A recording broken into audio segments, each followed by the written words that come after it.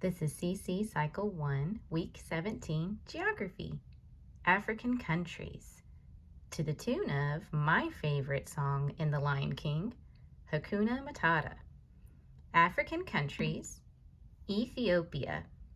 Ethiopia is a major exporter of coffee beans, and it looks like a tilted coffee pot, pouring coffee into the Horn of Africa.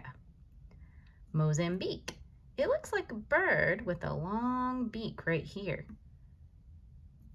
Zimbabwe looks like a round circular bob that you put on your fishing line when you go fishing. South Africa, that's easy. It's in South Africa. Madagascar, the big island to the east. So here we go to the tune of Hakuna Matata. African countries, Ethiopia, Mozambique, Zimbabwe, South Africa, Madagascar, big island to the east.